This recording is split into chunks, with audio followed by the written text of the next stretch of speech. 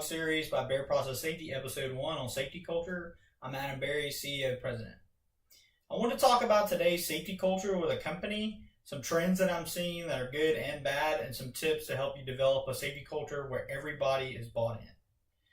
So the first thing I want to say is, obviously there's a super high focus that's in our safety reviews, especially our PSSR, our MOC process. When we're looking at inspection reports, when we're calculating PSV sizing, all on worst case scenario. What's our sizing scenario? What's the scenario that's going to be the biggest offsite impact, the biggest onsite impact? And understand that. That's really a compliance-driven issue. And that's a thing that groups like EPA and OSHA have really hammered home for us, which I think is great.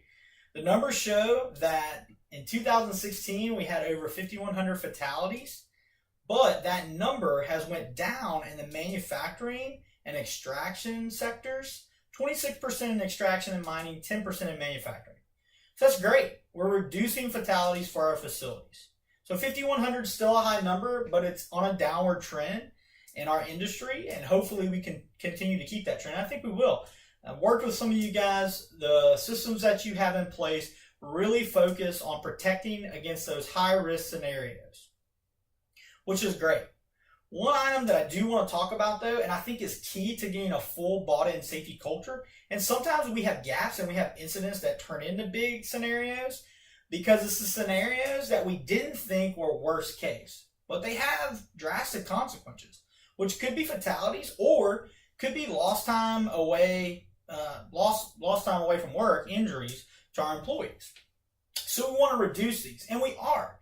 It's shown that from 2013 to 2016, we've greatly reduced from 7 incidents per 100 workers to 4 incidents per 100 workers in the manufacturing sector. So that's great. We're decreasing.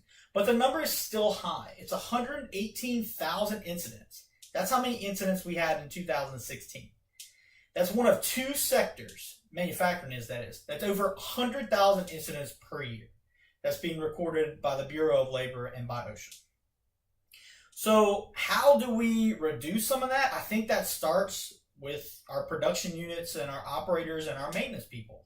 Because 64% of that 118, that's 75,000 incidents were from production areas. So the first way that I think we can help this is documentation. We document a lot for compliance standards. We document a lot as what we talked about, those high-risk scenarios, those worst-case scenarios. Our RMP requires us to have an RMP scenario for our unit, for our different areas, for our site as a whole.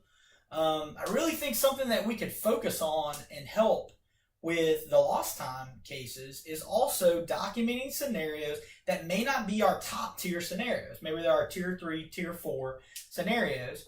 But we document them in our safety reviews and our changes that we make when we see an inspection, when we see a case of a PSV, maybe that's not the sizing case, but we thought about it.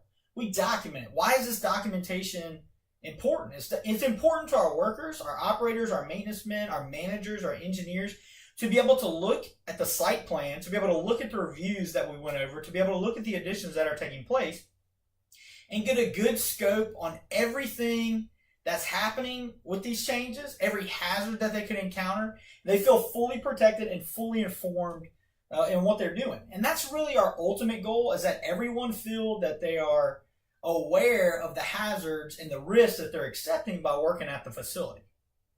So that can go a long way into helping everyone buy in, especially when that documentation encompasses their input. So in a meeting, if you have someone in an operations part or a maintenance part or an engineer part where you feel like maybe they kind of need a say on an item that they've been talking about that they feel unsafe about, it's important that you document those scenarios, that their voice is heard there, that it's something that they're bringing to your attention as a team that really is a concern.